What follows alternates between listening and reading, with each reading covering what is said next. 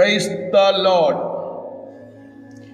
കർത്താവായ യേശുക്രിസ്തുവിന്റെ വിലയേറിയ നാമത്തിൽ എന്നെ ശ്രദ്ധിക്കുന്ന എല്ലാ ദൈവജനത്തിനും സ്നേഹവന്ദനം. നാം ഈ ദിവസങ്ങളിൽ ചിന്തിച്ചുകൊണ്ടിരിക്കുന്നത്, പഠിച്ചുകൊണ്ടിരിക്കുന്നത് നമ്മുടെ കർത്താവായ യേശുക്രിസ്തുവിന്റെ വീണ്ടും വരവ് എന്ന വിഷയവും ആ വീണ്ടും വരവിൽ എടുക്കപ്പെടുവാനുള്ള യോഗ്യതകളുമാണ്. ഇന്ന് പകലിൽ ആത്മാർത്ഥമായി ഹൃദയത്തിൻ്റെ ഭാഷയിൽ നിങ്ങൾക്ക് ഈ ബൈബിൾ പഠനം അനുഗ്രഹമാണെങ്കിൽ ഞങ്ങളെ അറിയിക്കുക. നിങ്ങളുടെ പ്രാർത്ഥനാ വിഷയങ്ങൾ അറിയിക്കുക. ഈ 21 ദിവസത്തെ ഉപവാസ പ്രാർത്ഥനയിൽ ദൈവം നിങ്ങൾക്ക് വേണ്ടി വലിയ അത്ഭുതങ്ങളെ ചെയ്യും. കാരണം ദൈവം നമ്മുടെ പ്രാർത്ഥന കേൾക്കുന്ന ദൈവമാണ്. അവൻ നിങ്ങളുടെ അസാധ്യങ്ങളെ സാധ്യമാക്കി തരും. രോഗികളാണെങ്കിൽ അവൻ നിങ്ങളെ സൗഖ്യമാക്കും. നിങ്ങൾ ഏതെങ്കിലും ഭാരപ്പെടുന്ന വിഷയത്തിൽ ഞെരുങ്ങി ജീവിക്കുകയാണെങ്കിൽ ആ ഞെരുക്കം കർത്താവ് മാറ്റാൻ പോകുക. ദൈവത്തിന്റെ വചനം നിങ്ങളെ ആശ്വസിപ്പിക്കുകയും സകല ബുദ്ധിയും കവിയുന്ന ദൈവ സമാധാനം നൽകി നിങ്ങളുടെ ജീവനും ഭക്തിക്കും പ്രത്യാശയും വേണ്ടതെല്ലാം നൽകി തരുവാൻ സ്വർഗത്തിലെ ദൈവത്തിന് കഴിയും. നാം 3 ദിവസമായി ചിന്തിച്ചു വന്നത് 3 യോഗ്യതകളാണ്. ഇന്ന് 4ാമത്തെ യോഗ്യതയിലേക്കാണ് നമ്മൾ പ്രവേശിക്കുന്നത്. നമുക്കറിയാം, സ്വർഗരാജ്യത്തിൽ പ്രവേശിക്കുക എന്ന് പറയുന്നത്, അല്ലെങ്കിൽ കർത്താവായ യേശുക്രിസ്തു മടങ്ങി വരുമ്പോൾ പോകുക എന്ന് പറയുന്നത് എളുപ്പമുള്ളൊരു വിഷയമല്ല. Price the Lord. എളുപ്പം ആർക്കെങ്കിലും അങ്ങ് സ്വർഗത്തിൽ ചാടിക്കയറി ചെല്ലാമെന്ന് പ്രതീക്ഷ വെക്കേണ്ട. വേദപുസ്തകം അതിന് പറയുന്ന ചില ക്വാളിറ്റിയും യോഗ്യതകളും പൂർത്തീകരിക്കേണ്ട ആവശ്യമുണ്ട്. ഇന്ന് നമ്മൾ 4ാമത്തെ ക്വാളിഫിക്കേഷൻ പഠിക്കാൻ പോകുകയാണ്. കർത്താവായ യേശുക്രിസ്തു മടങ്ങി വരുമെന്ന് ഞാനും നിങ്ങളും വിശ്വസിക്കുന്നു. നമ്മുടെ പ്രത്യാശ വിഷയം യേശു മടങ്ങി വരുമെന്ന് തന്നെയാണ്. യേശു മടങ്ങി വരുമ്പോൾ പോകണമെങ്കിൽ ബൈബിൾ പറയുന്ന ആ ക്വാളിറ്റിയിൽ 4ാമത്തെ ക്വാളിറ്റിയാണ് നമ്മൾ ഇന്ന് ചിന്തിക്കാൻ പോകുന്നത്. എബ്രായലേഖനം 12-ാം അധ്യായം അതിൻ്റെ 14-ാമത്തെ വാക്യമാണ് അതിനാധാരമായി നാം വായിക്കുന്നത്. എല്ലാവരോടും സമാധാനം ആചരിച്ച് ശുദ്ധീകരണം പ്രാപിപ്പാൻ ഉത്സാഹിപ്പീൻ. ശുദ്ധീകരണം കൂടാതെ ആരും കർത്താവിനെ കാണുകയില്ല. ശുദ്ധീകരണം കൂടാതെ ആരും കർത്താവിനെ കാണുകയില്ല. Peace with all men and the sanctification without which no one will see the Lord. Peace with all men. ഇതാണ് ഇവിടുത്തെ ഒരു പ്രത്യേകമായ topic. Peace with all men. Peace bring the unity. Peace bring hope. സമാധാനം അന്വേഷിക്കുന്ന മനുഷ്യന് പ്രത്യാശ ഉളവാകുന്നു.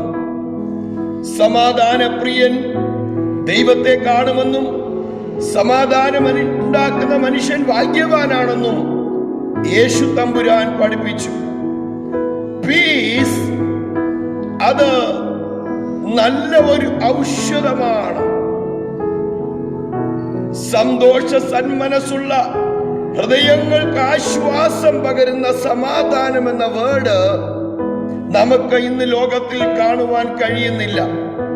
എവിടെ നോക്കിയാലും കലുഷത കൊണ്ട് നിറഞ്ഞിരിക്കുന്ന സാഹചര്യത്തിൽ ഈ വേർഡിന് വളരെ അർത്ഥമുണ്ട്. നമ്മുടെ കർത്താവായ യേശുക്രിസ്തു തന്റെ ശിഷ്യന്മാരോട് ഇങ്ങനെ പറഞ്ഞു, ഞാൻ എൻ്റെ സമാധാനം നിങ്ങൾക്ക് തരുന്നു, സമാധാനം അനുഭവിക്കുക എന്ന് പറയുന്നത് നമുക്ക് ദൈവത്തിൽ നിന്ന് ലഭിക്കുന്ന വലിയൊരു അനുഗ്രഹമാണ്. പ്രിയരെ, കർത്താവായ യേശുക്രിസ്തുവിന്റെ രാജ്യത്തിൽ പോകുവാൻ ഒരുങ്ങുന്ന നീ ഇന്ന് ഹൃദയത്തിൽ സമാധാനം അനുഭവിക്കുന്നുണ്ടോ?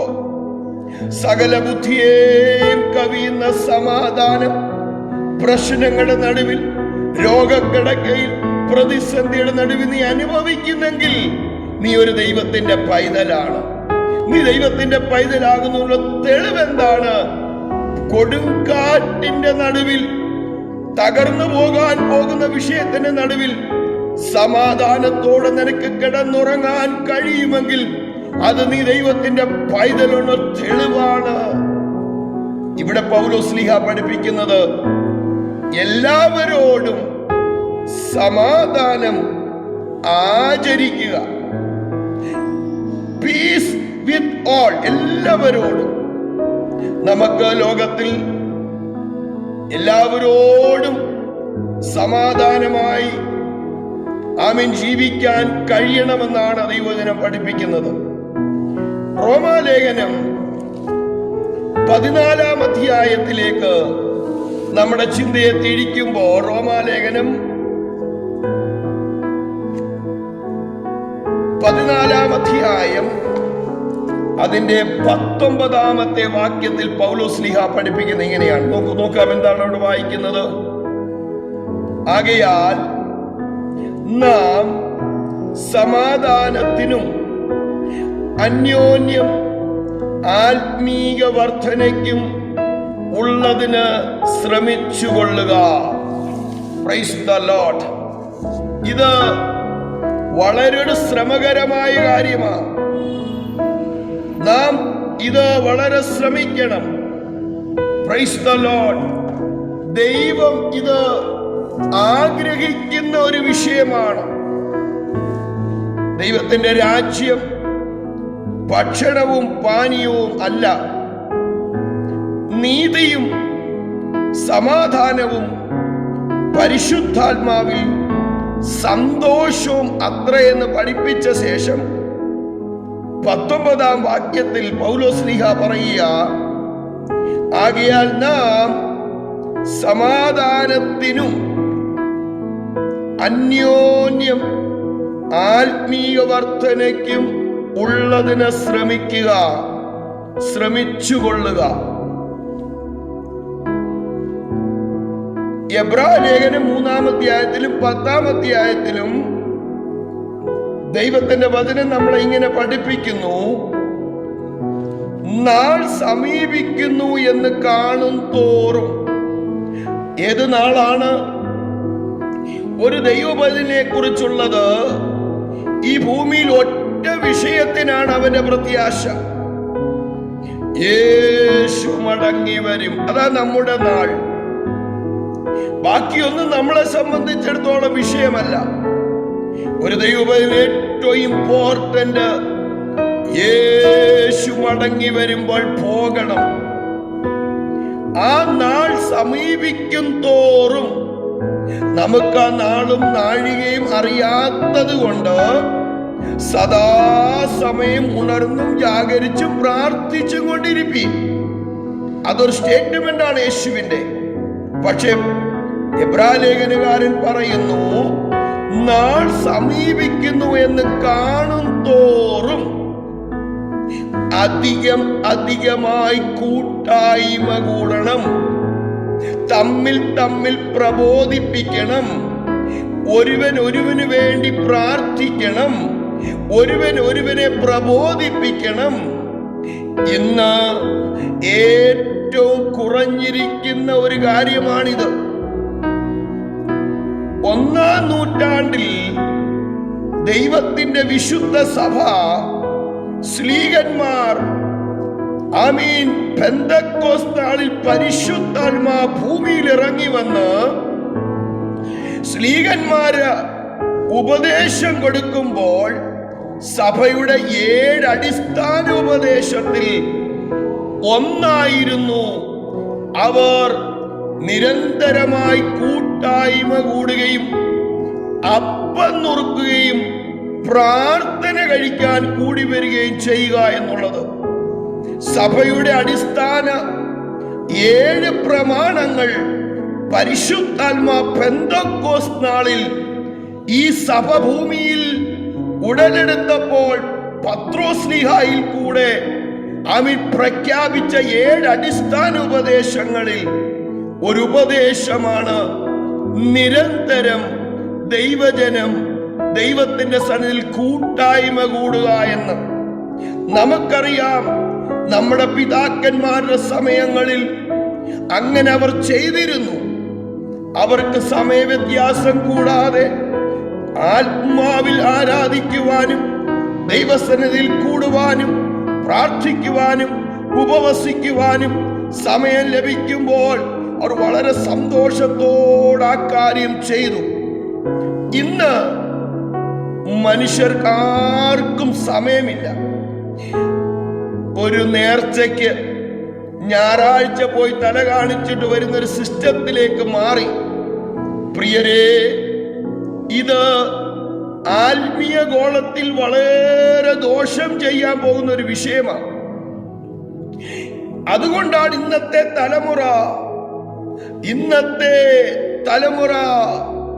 ഇന്നത്തെ ജനം ലോകലൗകികത്തിലേക്ക് ഇറങ്ങിപ്പോയിരിക്കുന്നത്. കാരണം അവർക്ക് ദൈവസന്നിധി ചെലവിടാൻ സമയങ്ങളില്ല, ദൈവത്തെ ആരാധിക്കാൻ സമയമില്ല. എല്ലാവർക്കും തങ്ങളുടേതാകുന്ന ബിസി ഷെഡ്യൂളാണ്. പക്ഷേ ദൈവവചനത്തിന് അത് വിരോധമാണ്. ദൈവത്തിന്റെ വചനം പഠിപ്പിക്കുന്നു, നാൾ സമീപിക്കുന്നു എന്ന് കാണും തോറും. ഏത് നാളാണ് ഞാൻ നിങ്ങളോട് പറഞ്ഞു. നമ്മളെ സംബന്ധിച്ചിടത്തോളം നമ്മുടെ കർത്താവായ യേശുക്രിസ്തുവിന്റെ വരവാണ് നമ്മുടേത്. അതാ നമ്മുടെ പ്രത്യാശ. അപ്പോൾ ആ യേശുവിന്റെ വരവിൽ എടുക്കപ്പെടുവാൻ നിന്നെ യോഗ്യതാക്കുന്നത് തമ്മിലുള്ള കൂട്ടായ്മയാണ്. അപ്പോൾ ആ കൂട്ടായ്മ ഇല്ലെങ്കിൽ യേശു മടങ്ങി വരും. പ്രിയരെ, ഒരു വാക്യം യേശു പറഞ്ഞത് കേട്ടോ. അന്ന് 2 പേര് ഒരു കിടക്കയിലായിരിക്കും, ഒരുവൻ എടുക്കപ്പെടും. 2 പേര് അധ്വാനിക്കും, ഒരുവൻ എടുക്കപ്പെടും. 2 പേര് ചക്കില ആട്ടപിസ ചെയ്യും, പക്ഷെ ഒരുവൻ എടുക്കപ്പെടും. പ്രിയരെ, എന്താണ് പറഞ്ഞത്? നീ തയ്യാറായിട്ടുണ്ടോ? യേശുവിന്റെ വരവ് ഏറ്റവും ആസന്നമായ സമയം. നമ്മൾ മറ്റെല്ലാ കാര്യത്തിനു വേണ്ടി ഇത്രയും സമയം ചെലവഴിക്കുന്ന ഈ നാളിൽ നമ്മൾ പ്രാർത്ഥനയ്ക്കും കൂട്ടായ്മയ്ക്കും സമയം കണ്ടെത്തേണ്ടത് ആവശ്യമാണ്.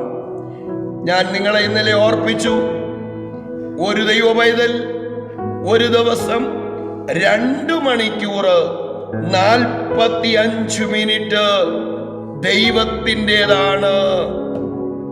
അവൻ അതിനു വേണ്ടി ചിലവഴിച്ചിരിക്കണം. അത് ദശാംശമാണ്. ദശാംശമല്ല ദൈവത്തിന് ഓഹരി കൊടുക്കണം. നമ്മുടെ ജീവിതത്തിന്റെ എല്ലാ സമയവും നാം ദൈവത്തോട് ചേർന്ന് നടന്ന പ്രാർത്ഥനയിൽ ഉറ്റിരുന്ന് കഴിയുന്നത്രയും കൂട്ടായ്മകളിൽ ഓടിപ്പോയി സഹോദരന്മാരെ, ദൈവജനമേ, കുഞ്ഞുങ്ങളെ ദൈവസന്നിധിയിൽ ഓടി വന്നിരുന്ന് അന്യോന്യം പ്രബോധിപ്പിച്ചും ഒരുവനു വേണ്ടി പ്രാർത്ഥിച്ചും ഒരുങ്ങാനുള്ളൊരു സമയമാണിത്. ഇന്ന് ഏറ്റവും കുറഞ്ഞിരിക്കുന്ന ഒരു കാര്യമാണിത്. പണ്ട് പിതാക്കന്മാരുടെ കാലഘട്ടത്തിൽ രാവിലെ 4 മണിക്ക് എഴുന്നേറ്റ് പ്രാർത്ഥിക്കുന്ന അപ്പച്ചന്മാരും അമ്മച്ചിമാരും അനുഗ്രഹമുണ്ടായിരുന്നു. വൈകിട്ട് 7 മണിയാകുന്നതിന് മുമ്പ് കുടുംബ പ്രാർത്ഥന വീടുകളിൽ നടന്നു. ഇന്നാർക്കും അതിന് സമയമില്ല.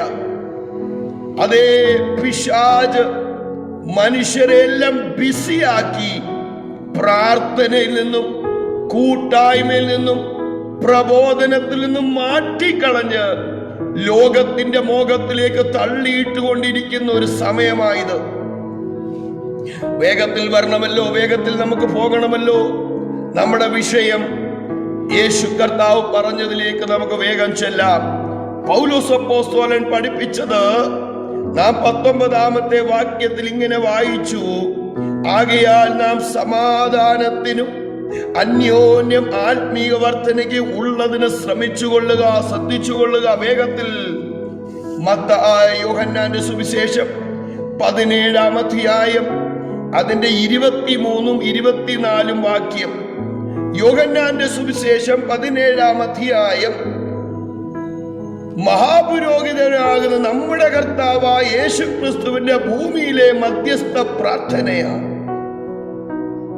ഈ അധ്യായം വളരെ ശ്രദ്ധയോടെ പഠിച്ചാൽ നമുക്കൊത്തിരി കാര്യങ്ങൾ മനസ്സിലാക്കാൻ കഴിയും. നമ്മുടെ കർത്താവ് പറഞ്ഞു, കുഞ്ഞുങ്ങളെ, ലോകം എനിക്ക് യോഗ്യമല്ല, ലോകം നിങ്ങൾക്കും യോഗ്യമല്ല. ഞാൻ ലൗകികനല്ലാത്തതുപോലെ അവരും ലൗകികന്മാരല്ലായകൊണ്ട് ലോകം അവരെ പകച്ചു. യേശു പറഞ്ഞു, ഞാൻ ലൗകികനല്ല. ഇന്ന് ദൈവത്തിന്റെ ജനം, ദൈവത്തിന്റെ അഭിഷക്തന്മാരെന്ന് പറയുന്നവരെല്ലാം ലോകമോഹങ്ങളിൽ യേശുവിന് ലോകം കൊടുത്തത് മുൾക്കിരീടമാ. ശ്രദ്ധയോടെ ശബ്ദം ശ്രവിച്ചേ.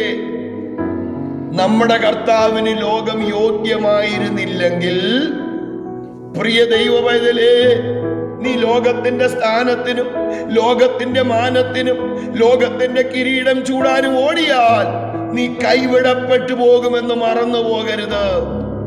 കാരണം നന്മ മാത്രം ചെയ്ത് നമ്മുടെ കർത്താവ്, ഒരു തിന്മയും ചെയ്യാത്ത കർത്താവിന് ഈ ലോകം കൊടുത്തത് എന്താണ്? മുൾക്കിരീടമാണെങ്കിൽ നമുക്ക് അതിൽ കൂടുതലൊന്നും പ്രതീക്ഷിക്കാനില്ല. വേഗത്തിൽ വരട്ടെ. 23-ാം വാക്യത്തിൽ യേശു കർത്താവ് ഇങ്ങനെ പഠിപ്പിച്ചു. Praise the Lord.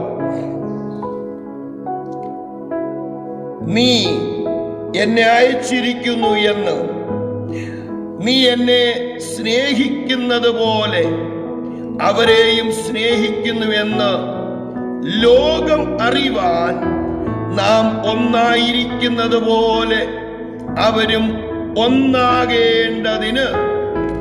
യേശു പഠിപ്പിച്ച യാജ പ്രാർത്ഥന, മഹാപുരോഹിത പ്രാർത്ഥനയുടെ ഇമ്പോർട്ടന്റ് വേർഡാണിത്, യൂണിറ്റി. യൂണിറ്റി എന്ന വിഷയം സമാധാനമായി, ഐക്യമായി ഈ ഭൂമിയിൽ ഒന്നിച്ച് ദൈവവചനം പാർക്കാൻ കഴിയുന്നില്ലെങ്കിൽ നിത്യതയുടെ ശുഭതുറമുഖത്ത് എങ്ങനെ അപ്പന്റെ വീട്ടിൽ പാർക്കാൻ കഴിയും? ദൈവവേദലേ, മതഭേദങ്ങൾ ഉണ്ടാകാം, അല്ലെങ്കിൽ നമുക്ക് അഭിപ്രായ വ്യത്യാസം വരാം. പക്ഷെ നിനക്ക് പ്രാർത്ഥനയ്ക്കും ആരാധനയ്ക്കും ഒന്നിച്ചു മുട്ടുമടക്കാൻ കഴിയുന്നില്ലെങ്കിൽ അത് വളരെ ഗംഭീരമായി, ഗൗരവമായി ചിന്തിക്കേണ്ട വിഷയമാണ്. ചെറിയ ചെറിയ വിഷയങ്ങൾ പറഞ്ഞ് ആളുകൾ സഭകൾ പിളർത്തി തങ്ങളുടെ ഇഷ്ടപ്രകാരം ഗ്രൂപ്പുകൾ ഉണ്ടാക്കി ഒന്നിച്ച് ആരാധിക്കാൻ കഴിയാതെ ചിന്ന ഭിന്നമായി പോകുന്ന കാലഘട്ടത്തിൽ യേശുവിന്റെ വാക്കിന് വിലയുണ്ട്. ലോകം അറിയണം നാം യേശുവിന്റെ പൈതലാണ്. എങ്ങനെ അറിയും?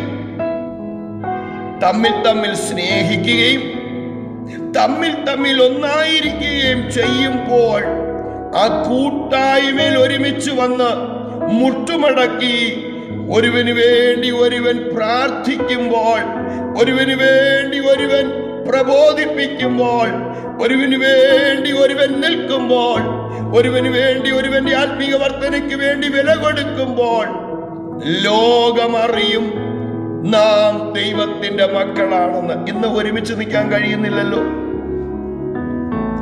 ഇന്ന് ദൈവത്തിന്റെ പൈതൽ ഒരു മേശ എടുക്കുന്ന ദൈവപൈതലിന് കറുത്തവരും വെളുത്തവരും, പണമുള്ളവനും പണമില്ലാത്തവനും, പഠിത്തമുള്ളവരും പഠിത്തമില്ല, എല്ലാം വേർതിരിവല്ലേ?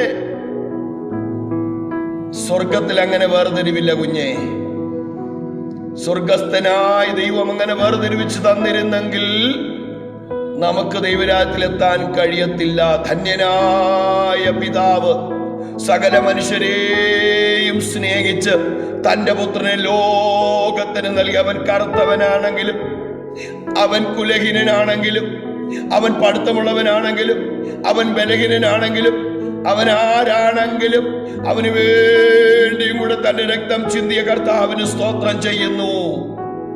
അപ്പോൾ ദൈവസഭയ്ക്കകത്ത് എന്തില്ല? ഡിവിഷൻസ് ഇല്ല. ദൈവസഭയിൽ ഡിവിഷൻ കൊണ്ടുവന്നാൽ നീ ദൈവത്തിന്റെ സഭയിലല്ല നിൽക്കുന്നത്, നീ സ്വന്തം ട്രസ്റ്റിലാ നിൽക്കുന്നത്. സ്വന്തം ട്രസ്റ്റിലുള്ളവരെ ചേർക്കാൻ യേശു വരുന്നില്ല.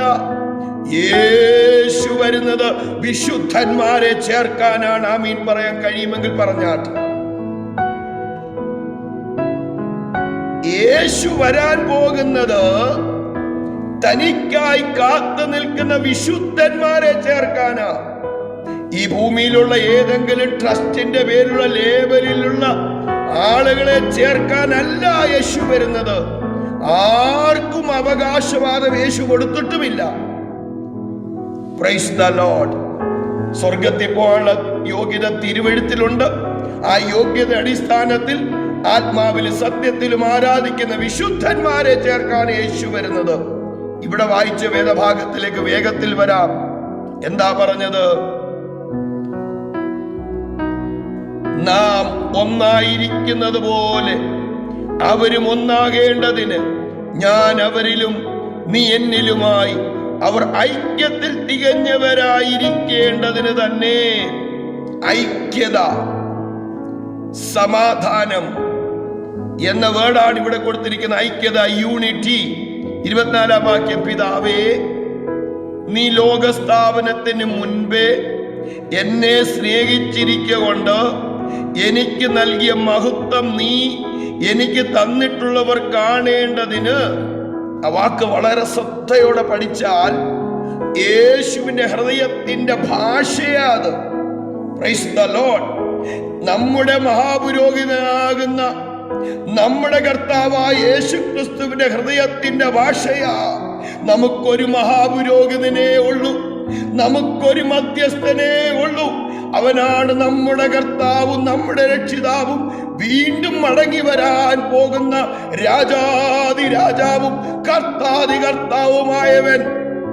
ആ കർത്താവിന്റെ ഹൃദയത്തിന്റെ ഭാഷയായി പറയുന്നത് എന്താ പറഞ്ഞെന്നറിയാമോ? മഹത്വം. എനിക്ക് നൽകിയ മഹത്വം നീ എനിക്ക് തന്നിട്ടുള്ളവർ കാണേണ്ടതിന് ഞാൻ ഇരിക്കുന്നയിടത്ത് അവരും, ഞാൻ ഇരിക്കുന്നയിടത്ത് അവരും എന്നോട് കൂടെ ഇരിക്കണം എന്ന് ഞാൻ ഇച്ഛിക്കുന്നു. എന്തൊരാഗ്രഹമാണ് യേശുവിന്റെ, നമ്മുടെ മഹാപുരോഹിതന്റെ ആഗ്രഹം. പിതാവിന്റെ ഇടവിൽ നിന്നുകൊണ്ട് മധ്യസ്ഥ വഹിക്കുന്ന നല്ല മഹാപുരോഹിതന്റെ ആഗ്രഹമാണ്. യാതൊരു ക്വാളിറ്റിയും ഇല്ലാത്തവരെയാണല്ലോ തിരഞ്ഞെടുത്തത്.